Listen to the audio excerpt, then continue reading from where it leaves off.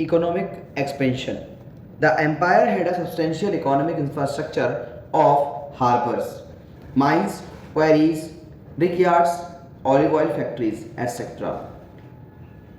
ये जो पूरा एम्पायर था इसमें अच्छे से हार्बर्स माने होते हैं बंदरगाह, और यहाँ पर जहाज आते हैं, रुकते हैं, सामान उसमें लगता है और उसके बाद निकल जाते हैं जहाज, और फिर खाली भी होते हैं तो वहाँ पर। और इसी के साथ साथ माइंस में, और जो ब्रिक यार्ड्स हैं, ऑलिव ऑयल फैक्ट्रीज हैं, ये सारा यहाँ पर इनकी काफ़ी अच्छे नंबरों में ये सब चीज़ें थी। हाँ, और इसकी वजह से इसका wheat, wine and olive oil were traded and consumed in huge quantities, and they came mainly from Spain, the Gallic provinces, North Africa, Egypt, and to a lesser extent Italy, where conditions were best for these crops. और ये सारी चीज़ें जैसे कि मैंने आपको बताया कि इन जगहों पर, इस पूरे एरिया में ये जो चीज़ें थी, अच्छे से काफ़ी फैक्ट्रियाँ यहाँ पर इसकी मौजूद थी, और इसी के साथ साथ इसकी वजह से इसका जो पूरा स्ट्रक्चर है वो बहुत मजबूत था। अगर हम बात करें यहाँ पर वीट की, और इसी के साथ साथ जो वाइन की बनाई जाती थी ग्रेप से, और ऑलिव ऑयल, जैतून का तेल, यहाँ की मेन ट्रेडिंग चीज़ें थी, और इसी के साथ साथ इनका बहुत ज़्यादा क्वांटिटी में यूज़ होता था।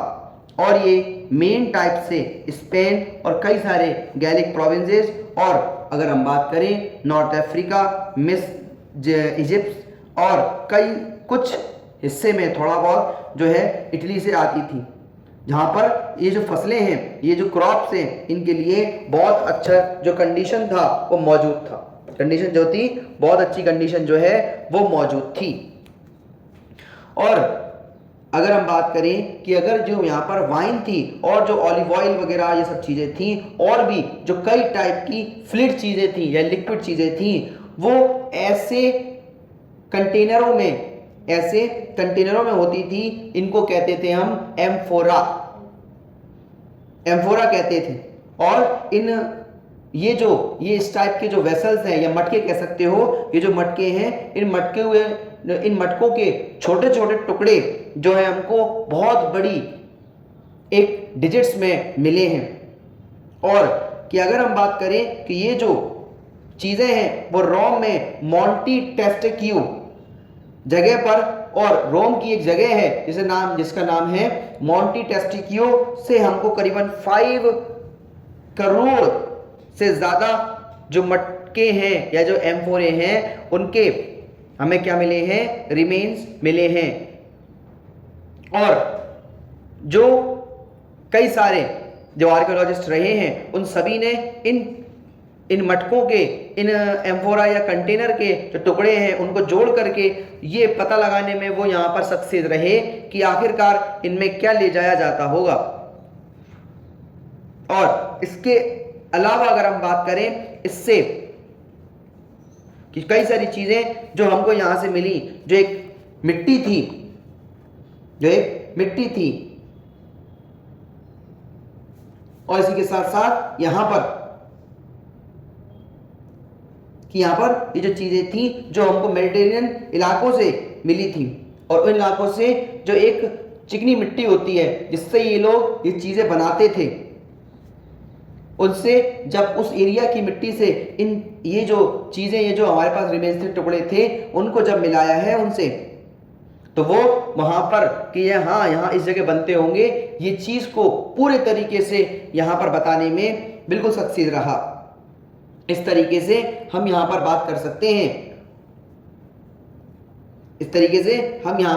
सकते हैं, इन चीजों के बारे में कि हाँ, ये चीजें जो हैं वहां पर उसी जगह पर बनती थी, मतलब ये जो एम्फोरा है वो उसी जगह पर बनते थे। और यहां पर हम कह सकते हैं कि स्पेन में जो ऑलिव ऑयल है, इसको निकालने का या इसको प्रोड्यूस करने का जो काम है वो 142-160 एडी के टाइम में वो अपने बहुत अच्छे टाइम पर था। उस टाइम पर स्पेन में जितना भी प्रोडक्शन होता था ऑलिव ऑयल का, वो मेन टाइप से एक ऐसे कंटेनर में लिया जाता था जिसको ड्रेजर 20 कहते थे। और इस चीज का नाम, इस कंटेनर का नाम हेनरी ड्रेजल नाम के एक आर्कियोलॉजिस्ट के नाम पर पड़ा है, जिसने इस टाइप के कंटेनरों का एक सही टाइप बताया था कि हाँ ये चीज, इसमें ऐसी चीजें आती होंगी। ड्रेजल 20 नाम के जो कंटेनर हैं उनके जो हमको रिमेन मिले हैं वो मिले हैं मेडिटेरेनियन इलाकों से, और कई सारी जो जिन जगहों पर आर्कियोलॉजिस्ट सर्वे हुए हैं उन जगहों से भी हमें मिले हैं। तो आपको याद रखना है कि जो रोमन एम्पायर से जो कंटेनर मिले हैं उनका नाम है एम्फोरा, और हमको जो स्पेन से मिले हैं उन कंटेनरों का नाम है ड्रेजल 20। और इससे हमें यहां पर ये पता चलता है कि स्पेन में जो प्रोडक्शन हो रहा था जिस ऑलिव ऑयल का, वो बहुत ज्यादा एक्सपोर्ट होता था अलग अलग जगहों पर।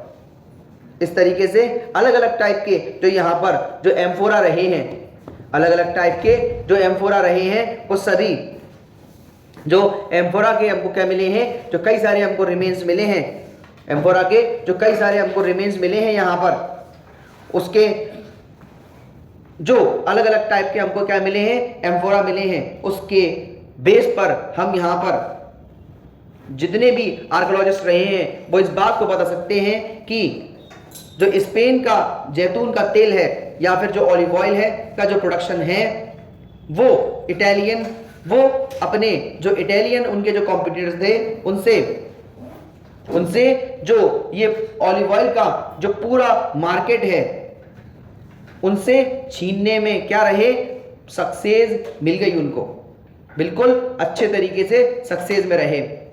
और ऐसा तभी पॉसिबल हुआ जब स्पेन के ज्यादातर जो यहां पर जो प्रोड्यूस करने वाले लोग थे, किस चीज को, ऑलिव ऑयल को, हाँ उन्होंने क्या किया, उनको कम प्राइस पर बहुत अच्छा जो ऑयल है वो बेचा होगा। अनदर वर्ड्स में अगर हम बात करें, जो अलग अलग इलाके थे वहां के जो लैंडलॉर्ड्स थे और उन्हीं के साथ साथ जो प्रोड्यूसर्स थे वो अलग अलग चीजों को, अलग अलग जो चीजें थी जो बाजार में बेची जा रही थी उनको कि वो हमारे हाथ में आ जाए, इसके लिए क्या कर रहे थे, कंपटीशन कर रहे थे।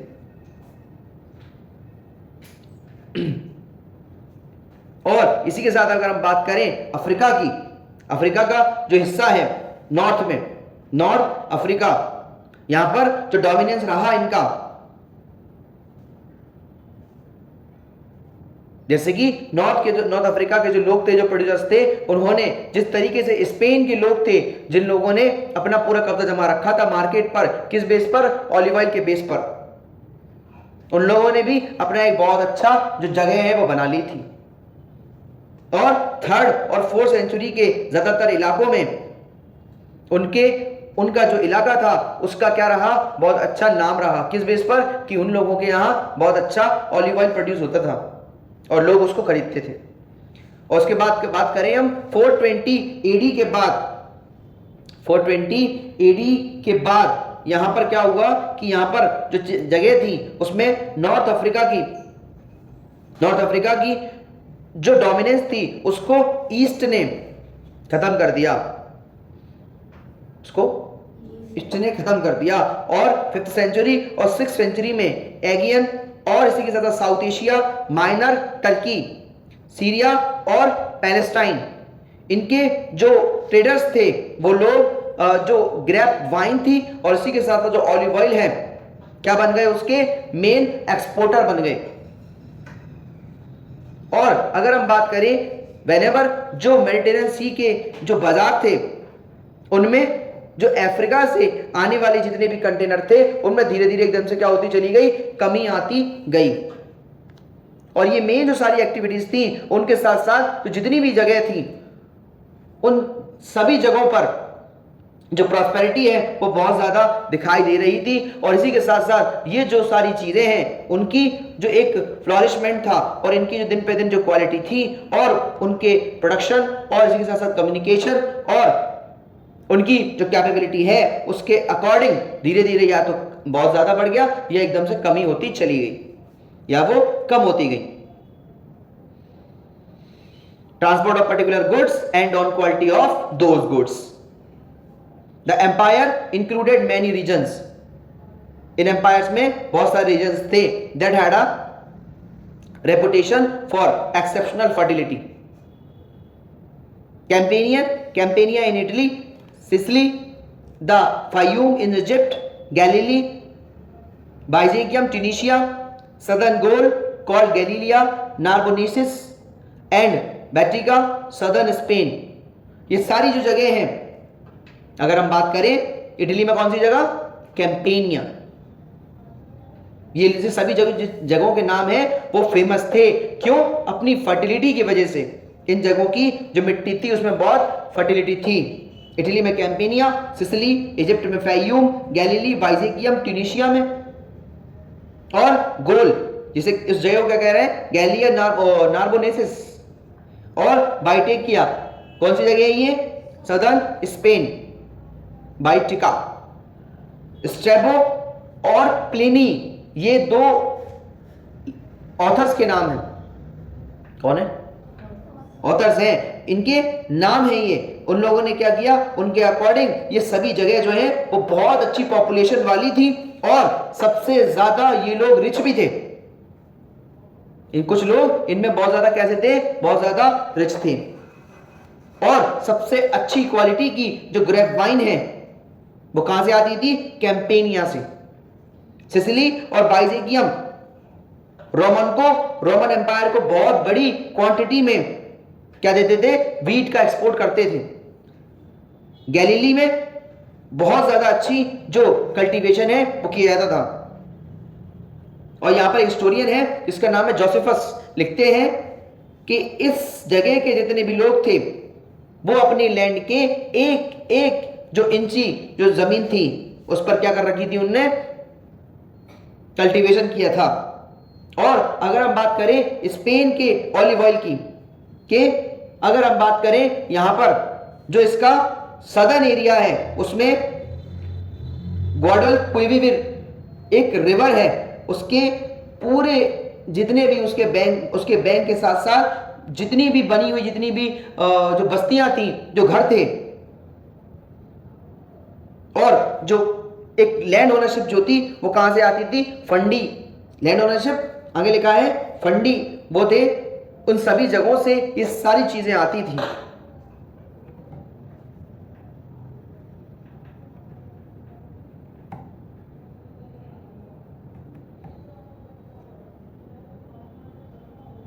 लिखा है लास्ट में, when we think of the Roman Empire we should never forget this differences. ये सारी चीजें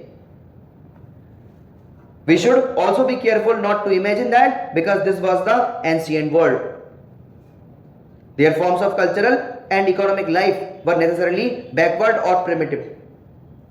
On the contrary, diversified applications of water power around the Mediterranean as well as advances in water powered milling technology, the use of hydraulic mining techniques in the Spanish gold and silver mines and the gigantic industrial scale on which those mines were worked in the first and second centuries with levels of output that would not be reached again till the 19th century, some 1700 years later. और हमको यहाँ पर ये बात भी अपने दिमाग में रखनी चाहिए कि हम इस बात को ना मान लें कि ये क्या एक एंशिएंट टाइम था, एंशिएंट एज है, एंशिएंट दुनिया है क्या थी। इसलिए उस टाइम के जो लोग थे उनका जो कल्चरल और इसी के साथ साथ जो इकोनॉमिक लाइफ थी उनकी वो कैसी थी, वो प्रिमिटिव थी या बैकवर्ड थी। बट जो सिचुएशन है वो इसके कुछ अलग थी।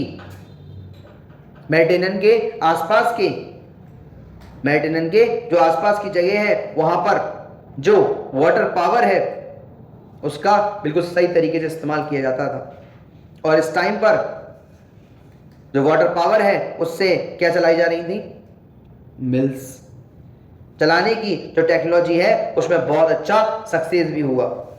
स्पेन में जो गोल्ड और सिल्वर की जो माइंस थी उनमें काय से खुदाई की जा रही थी, वाटर मिल्स से या वाटर पावर से। और फर्स्ट और सेकेंड सेंचुरीज में बहुत बड़े या बड़े बड़े जो इंडस्ट्रीज हैं टेक्नोलॉजी के बेस पर, उन टेक्नोलॉजी के बेस पर जितनी भी माइंस थी उनसे मिनरल्स निकाले जाते थे। और उस टाइम पर अगर हम बात करें प्रोडक्शन का जो एक लेवल था वो बहुत ऊंचा था। 19th सेंचुरी तक अगर हम बात करें कि लगभग 1700 ईयर्स बाद भी ऐसे प्रोडक्शन है उनका ये जो लेवल है वो भी देखने को हमें आज नहीं मिलता। और उस टाइम पर बहुत अच्छा जो है वो कमर्शियल और अगर हम बात करें जो बैंकिंग अरेंजमेंट है वो अच्छा था, और जो मनी है या जो पैसा है उसका जो यूज है वो भी बहुत बड़े लेवल पे होता था। और इन सभी बातों से यहां पर हमको ये मैसेज मिलता है, ये साइन मिलते हैं कि हमने जो रोमन एम्पायर है उसको हमने थोड़ा सा उसको कैसा मान लिया, लेस डेवलप्ड मान लेना हमारी बात गलत होगी। और इसी के साथ साथ हम यहां पर बात करें जो स्लेव ट्रेडिशन था यहां पर, और जितने भी लेबर से रिलेटेड जितने भी यहां पर चीजें हैं या मैटर है वो सभी this raises the issue of labour and the use of slavery. और हर चीज में इसी का ही यूज मान लेना थोड़ा सा गलत होगा। बात करेंगे कंट्रोलिंग वर्कर्स। एक स्लेवरी जो है वो एक इंस्टीट्यूशन था deeply rooted in the ancient world, और बहुत ज्यादा इसकी जो जड़ें हैं वो एंशिएंट वर्ल्ड में बहुत गहरी थी, बहुत in the Mediterranean and in the near east. और अगर हम बात करें दोनों ही मेडिटेरेनियन के इलाके और ईस्ट की, and not even Christianity when it emerged and triumphed as the state religion in the 4th century, seriously challenged this institution। और इस टाइम पर, और हम 4th सेंचुरी में जो क्रिश्चियनिटी है उस रिलीजन की बात करें, ये क्या बन गया था, ये जो रिलीजन था वो स्टेट का रिलीजन बन गया था, नेशनल जैसे कहते हैं ना। और इस स्लेवरी का जो ट्रेडिशन था उसको क्या नहीं दी, कोई ज्यादा बड़ी चुनौतियां नहीं दी। That may have been true of large parts of Italy in the Republican period. Under Augustus, there were still 3 million slaves in a total Italian population 7.5 million.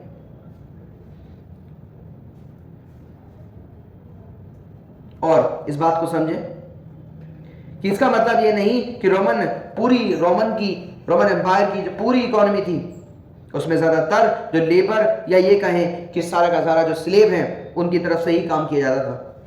हाँ, ये बात है कि जब रिपब्लिक ऑफ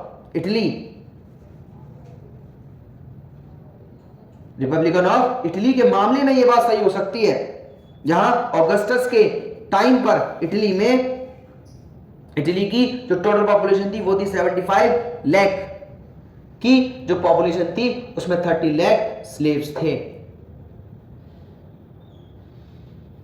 बट हर जगह पर टोटल पूरे administration में ऐसी सिचुएशन नहीं थी।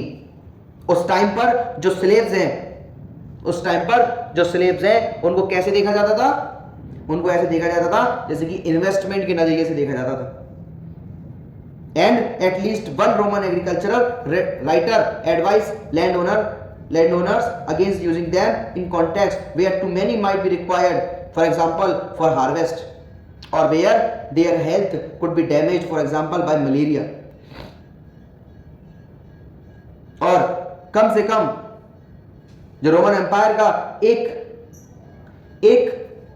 कम से कम रोमन एम्पायर के एक लेखक मतलब पोएट ने तो यहां पर जो लैंड ओनर्स हैं उनको क्या ना करने की सलाह दी कि जो स्लेव्स हैं उनको यूज ना करने की सलाह दी। और वो कहता है और कहते थे, ये ऑथर वगैरह इनसे कहते थे कि जहां पर जरूरत पड़े आपको कि जो एग्रीकल्चर है उसको हार्वेस्ट करने की आपको जरूरत पड़े, फसल को कटवाने की जरूरत पड़े आपको, अगर यह जरूरत हो, इसके अलावा यहां पर इसी के साथ साथ हेल्थ को मलेरिया और उसके जैसी कई सारी जो बीमारियां हैं उससे क्या होता हो, नुकसान पहुंच सकता हो।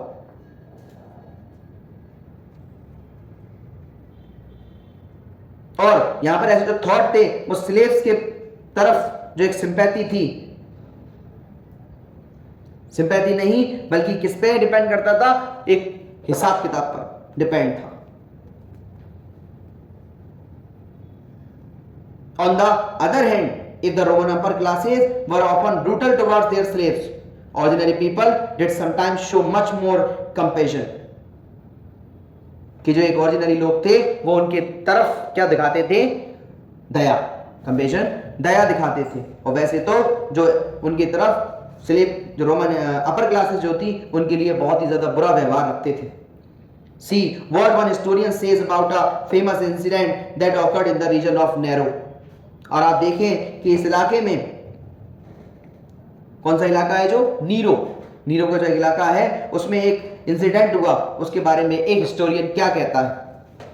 On the treatment of slaves, Lucius Pedanius Secundus का उसके एक स्लेव ने उसकी हत्या कर दी, उसको मार दिया। और उसके तुरंत बाद कि एक यहां पर एक ट्रेडिशन था, एक कस्टम ट्रेडिशन जो था, उसके अकॉर्डिंग स्लेव को डिसाइडिंग कर दिया जाए उसी छत के नीचे, मतलब फांसी दे दी जाए। लेकिन वहां पर उस बंदे को बचाने के लिए बहुत सारे लोगों ने क्या कर दिया, प्रोटेस्ट कर दिया और मशाले लेकर के वहां इकट्ठे हो गए। और वहां पर बहुत ज्यादा राइट्स जो थे वो शुरू हो गए और बहुत सारी भीड़ जो थी वो इकट्ठी हो गई। और इसी के साथ साथ जब ये सब हुआ तो सेनेट्स जो थे उसको क्या कर लिया, उन लोगों ने जो सेनेटोरियल जो ये पूरा एक पार्लियामेंट कह सकते हैं वो जो इलाका था उसको पूरा घेर लिया और बहुत ज्यादा वहां पर क्या हो रहा था, विरोध किया जा रहा था। बट ज्यादातर लोगों ने ये यहां पर जो बात थी उसको चेंज करने के लिए कहा। और जो सेनेटर यहां पर कह रहे थे कि हाँ उस बंदे को फांसी देना चाहिए, उनकी बात मानी गई। लेकिन जो प्रोटेस्टर्स थे उनके हाथों में पत्थर, जलती हुई मशालें, ये सब देखा गया। तो यहां पर टॉर्चेस लिखा हुआ है, torches prevented the order from being carried out. जब उनको देखा गया उसके साथ, Nero rebuke the population by edict. और यहां पर इन सभी लोगों ने मना किया, किसके लिए, इस काम के लिए इन सभी लोगों ने मना किया। और नीरो ने यहां पर एक इंस्क्रिप्शन के साथ लोगों को फटकार लगाई, by edict and line with troops the whole route along which those condemned were taken for execution. और इन सभी जगहों पर क्या लगा दी गई, वहां पर आर्मी लगा दी गई। और वहां पर क्या था, सेना के साथ जो भी लोग क्या थे, जिन लोगों को यहां पर दोषी पाया गया, जो लोग गिल्टी पाई गई, उन लोगों को क्या किया गया, फांसी देने के लिए ले जाया जा रहा था। टैसिटस 55-117 एक बंदा है जो शुरुआती इस टाइम का हिस्टोरियन रहा है। As warfare became less wide spread, और अगर हम बात करें as warfare became less wide spread with the establishment of peace in the first century, the supply of slaves tended to decline and the users of slave labor thus had to turn either to slave breeding। और दिन पे दिन देखा जा रहा था, शुरुआती time में, शुरुआती जो सेंचुरीज थी उनमें दिन पे दिन यहां पर क्या थी, जो लड़ाई झगड़े वगैरह थे वो कम हो गए। तो यहां पर जो स्लेव्स थे उनकी नंबर्स में दिन पे दिन कमी आने लगी। और यहां पर जो लोग इन चीजों को एज अ लेबर लेते थे, स्लेव्स को, उन लोगों को अब क्या करना पड़ा था, स्लेव ब्रीडिंग पे आना पड़ा था। और to cheaper substitutes such as wage labour which was more easily dispensable. और इसी के साथ साथ या फिर जो एक सैलरीड जो मजदूर होते हैं उसका क्या लेना पड़ा, यहां पर सहारा लेना पड़ा। और जिन लोगों को सैलरी दी जाती थी, जिन मजदूरों को सैलरी दी जाती थी, वो सस्ते तो पड़ते ही थे, उन्हें आसानी से छोड़ा भी जा सकता था और रखा भी जा सकता था, आसान था वो सब। और रियलिटी में जो रोमन एम्पायर के जो गवर्नमेंट जितने भी काम हुए, जितने भी यहां पर जितने भी काम हुए,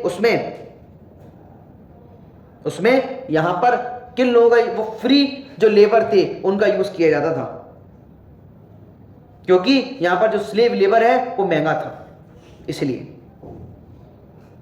और यहां पर अगर हम बात करें जो हायर्ड वर्कर्स थे, unlike hired workers, slaves had to be fed and maintained throughout the year. उनको तो अपने काम पैसा दिया और वो चले गए, लेकिन यहां पर ये जो स्लेव्स थे उनको तो पूरी साल रखना पड़ता था, उनको पूरी साल रखो, फिर उसके बाद उनका खान पान सब कुछ ध्यान रखना पड़ता था। This is probably why slaves are not widely found in the agriculture of the later period। इस वजह से यहां पर हमको ये सभी को, यहां पर हमको कोई जो स्लेव लेबर है वो नहीं दिखते, कम से कम अगर हम बात करें at least in the eastern provinces में तो ये हुआ ही।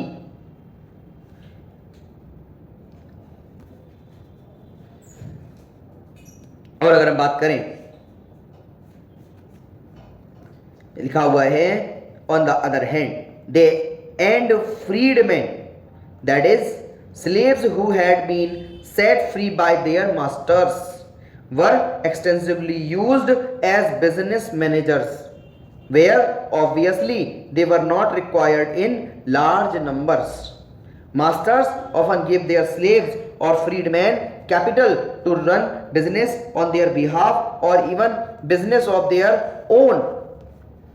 और यहां पर अगर हम दूसरी तरफ बात करें, यहां पर स्लेव और जो फ्रीडमैन थे, या फिर ये कहें कि ऐसे स्लेव जिन लोगों को उनके मास्टर्स ने फ्री कर दिया था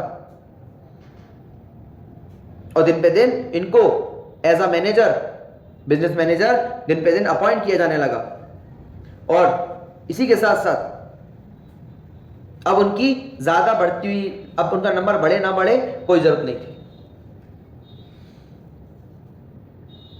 और जो मास्टर्स थे वो अपने स्लेव्स को, या जो फ्री स्लेव्स थे उनको अपनी तरफ से बिजनेस वगैरह खुलवा रहे हैं, और इसी के साथ साथ या फिर अपना जो बिजनेस था वो उनको दे देते थे।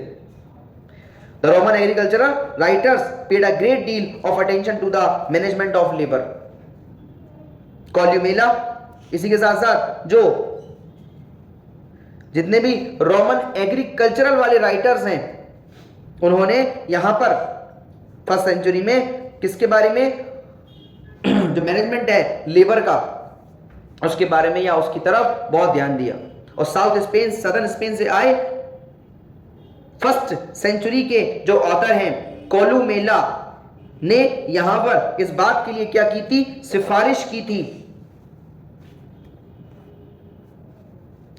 की थी कि जो लैंड ओनर्स हैं उनको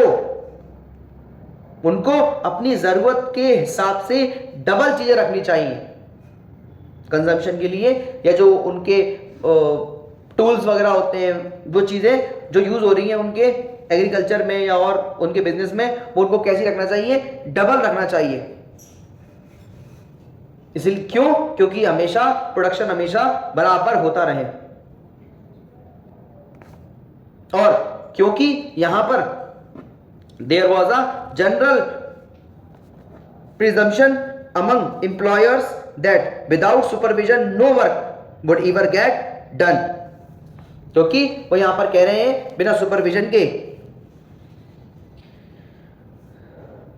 और इसी के साथ साथ that without supervision no work would ever get done, so supervision was paramount for both free workers and slaves. So यहां पर जो रहेंगे जो सारी चीजें वो इनके अंडर में बिना किसी के जो जरूरत नहीं है यहां पर, कि यहां पर जरूरत थी किस लिए,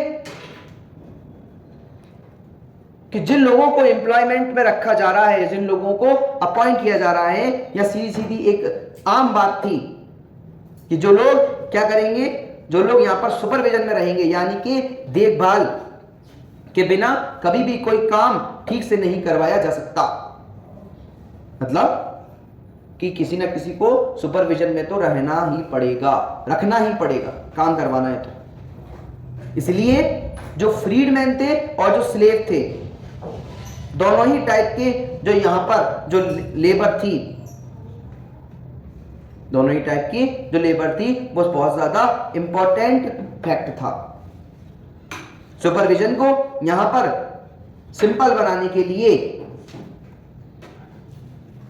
जितने भी काम करने वाले लोग थे उनको अलग अलग ग्रुप्स में बांट दिया गया, या अलग अलग ग्रुप्स में बांट दिया जाता था। कोलुमेला ने कहा कि 10-10 जो लेबर का ग्रुप है वो बनाने के लिए लोगों से बोला, और ये बात के ऊपर बिल्कुल दावा किया कि छोटे छोटे ग्रुप्स पर जो कमांड होती है वो अच्छे से की जा सकती है, और उनमें से कौन काम कर रहा है कौन नहीं कर रहा ये अच्छे से देखा जा सकता है। और इससे यहां पर पता चलता है कि उस टाइम पर जो लेबर मैनेजमेंट का डेवलपमेंट है पे अच्छे से ध्यान दिया जाता था।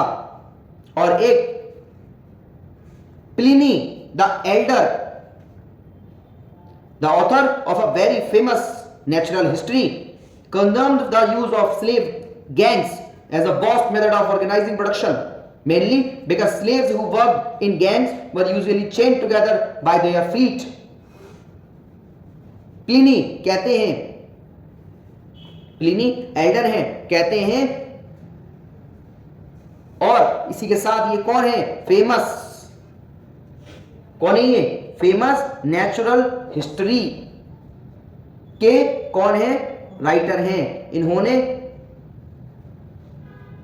जो स्लेव गैंग है, स्लेव का जो ग्रुप है, उनको यूज करने का मना किया, या ये बात के ऊपर इन्होंने कहा कि इस तरीके से यूज करने का बहुत बुरा तरीका है यूज करने का, बिकॉज ऑफ अलग अलग ग्रुप में जो लोगों से काम कराया जा रहा था स्लेव से, उनके पैरों में क्या डाल दी जाती थी, जंजीरें डाल करके उनको अलग अलग रखा जाता था, मतलब सॉरी एक साथ रखा जाता था एक एक ग्रुप में। All this looks draconian, draconian का मतलब बहुत ज्यादा हार्श, ये जो चीजें थी, ये जो तरीका था, ये बहुत ज्यादा हार्श दिखता था। बट हमें यहां पर याद रखना चाहिए कि आज वर्ल्ड में ज्यादातर फैक्ट्रियां जो लेबर कंट्रोल के कुछ ऐसे ही फिलॉसफी पे बेस्ड हैं, और रियलिटी में रोमन एम्पायर में जितने भी यहां पर जो ट्रेड वगैरह या जो फैक्ट्रीज वगैरह थी, उससे भी ज्यादा, मतलब इससे भी ज्यादा खतरनाक जो कंट्रोल है वो लगाए जाते थे या तरीके यूज किए जाते थे। यहां पर जो एल्डर प्लिनी है वो बताते हैं कि एलेक्जेंड्रिया की फ्रैंकिनसेंस, इसका मतलब है रेजिन, वो भी कैसी, खुशबू वाली रेजिन की जो फैक्ट्रियां हैं उनकी जो कंडीशन है उसके बारे में बताते हैं। वो कहते हैं कि वहां पर चाहे कितना भी कड़े तरीके से आप कंट्रोल रखो, पूरा नहीं लगता था, पूरा नहीं होता था। जो काम करने वाले थे उनके एप्रेन पर एक सील लगा दी जाती थी, और उनको अपने सिर पर एक बहुत ज्यादा डीप जाली वाली जो मास्क, जाली वाला मास्क या एक नेट टाइप की चीज थी वो सर पे पहनना पड़ती है, और उन्हें फैक्ट्री से बाहर जाने के लिए अपने सारे कपड़े उतारने भी पड़ते हैं, वो वाले जो पहनते हैं। जो एग्रीकल्चरल लेबर्स हैं वो नेचुरली ही कैसे दिखाई देते होंगे, थके थके से, और उन्हें यहां पर पसंद भी नहीं किया जाता होगा। बिकॉज ऑफ थर्ड सेंचुरी के एक जो स्टेट की तरफ से एक मैसेज आया था कि इजिप्ट के जितने भी पीजेंट्स हैं उनको क्या कर देना चाहिए, विलेज को छोड़कर चले जाना चाहिए। और इसी के साथ साथ जिसकी वजह से उनको क्या नहीं करना पड़े, जो लेबर जो एक एग्रीकल्चर के काम है उसमें उनको लगना ना पड़े। तो अगर हम बात करें कि यही जो बात है वो सारे जो फैक्ट्रीज वगैरह हैं या जो कारखाने वगैरह हैं उन पर भी लागू होती थी। A law of 398 referred to workers being branded so they could be recognized if and when they run away and try to hide। और 398 का एक यहां पर लॉ था, उसमें कहा गया कि जो काम करने वाले थे उनको क्या किया जाता था, बीइंग ब्रांडेड। ब्रांड का मतलब होता है ऐसे ठप्पा लगा देना, दाग देना, उनमें कोई चीज का निशान बना देना, वो किया जाता था। सो दे कुड बी रिकॉग्नाइज्ड, उनको क्या किया जा सके, हाँ उनको पहचाना जा सके कि अगर वो क्या नहीं कर सके, भागने का कहीं पर और छिपने का सोचे नहीं, और ऐसा हो भी तो उनको ढूंढ लिया जाए आसानी से। और कई सारे मैनी प्राइवेट एम्प्लॉयर जो थे कास्ट देयर एग्रीमेंट्स, क्या बनवा लेते थे, एग्रीमेंट बनवा लेते थे with workers in the form of debt contracts to be able to claim that their employees were in debt to them and thus ensure tighter control over them. और उनके ऊपर कि अगर वो उनका पैसा नहीं चुका पाए तो उनको क्या करना पड़ेगा, उनके यहाँ पे बंधुआ बनना पड़ेगा। और इसी के साथ साथ वो अपने जो कामगार थे उन पे बहुत ज्यादा कर्जदार जो थे उन पर बहुत ज्यादा कड़े तरीके से कंट्रोल रखते थे। सेकेंड सेंचुरी की शुरुआती जो टाइम था उसमें जो एक पोएट है वो हमें यहां पर बताते हैं, thousands surrender themselves to work in servitude although they are free। बताते हैं कि बहुत सारे या थाउजेंड्स ऑफ जो लेबर्स हैं वो अपने आप को सरेंडर करते हैं, काहे के लिए, स्लीव के काम के लिए। क्यों, जबकि वो फ्री है, फिर भी अपने आप को इस तरफ डाल रहे हैं। और अगर हम अलग दूसरे वर्ड्स में बात करें, बहुत सारे जो गरीब फैमिलीज थी, बहुत सारी जो पुअर फैमिलीज थी, उन लोगों ने अपनी जिंदगी जीने के लिए ये तरीका अपना ही लिया था, काय का, डेट बॉन्डेज का। थाउजेंड से ज्यादा लोग जो थे उन लोगों ने अपने आप को सरेंडर कर दिया था, क्यों, जबकि वो फ्री थे। या अगर हम अलग अनदर वर्ड्स में बात करें तो लोग जो थे, लोगों ने अपने आप को इसमें अपने आप को सरवाइव कर लिया था, किसमें रहने के लिए, डेट बॉन्डेज में। From one of the recently discovered letters of Augustine, we learn that parents sometimes sold their children into servitude for periods of 25 years। और यहाँ पर हमें पता चलता है कि ऑगस्टीन के जो कई सारे हमें जो लेटर मिले उनमें से एक लेटर से हमें ये पता चलता है कि कभी कभी जो पेरेंट्स थे वो अपने बच्चों को 25 इयर्स के लिए बेचकर उनको क्या बना देते थे, बंधुआ मजदूर बना देते थे। और ऑगस्टीन ने एक बार अपने एक एडवोकेट दोस्त से पूछा कि अगर जो उसका फादर है किसी का, तो अगर उसकी डेथ हो जाए या डेथ हो जाने पर क्या उनके बच्चों को आजाद किया जा सकता था, वो पूछते हैं। और तो बता रहे हैं यहाँ पर कि ये जो चीज है कि यहाँ पर in the great Jewish revolt of 68 C the revolutionaries destroyed the money lenders bonds to win popular support. तो वो कहते हैं कि इन सभी चीजों से ये यहाँ पर कि जो डेब्स हैं वो ये बहुत ज्यादा फेमस थी। कौन सी चीज, यहाँ पे लिखा हुआ rural इनडेप्टनेस was even more wide spread, वो बहुत ज्यादा फैली हुई थी। और ये जो कर्ज है या कर्जदारी है, इसका एग्जांपल हमको इस चीज से मिलता है कि 66 एडी के बहुत जबरदस्त क्या हुआ था इस टाइम पर, यहूदी विद्रोह, ज्यूइश रिवॉल्ट। इसमें रिवॉल्यूशनरीज ने जनता का सपोर्ट पाने के लिए जो यहां पर जो लैंड ओनर्स थे या ये कहें कि जो मनी लैंडर्स थे, उन लोगों के जो बॉन्ड्स थे उनको खत्म कर दिया। किस लिए, लोगों की सिंपैथी पाने के लिए।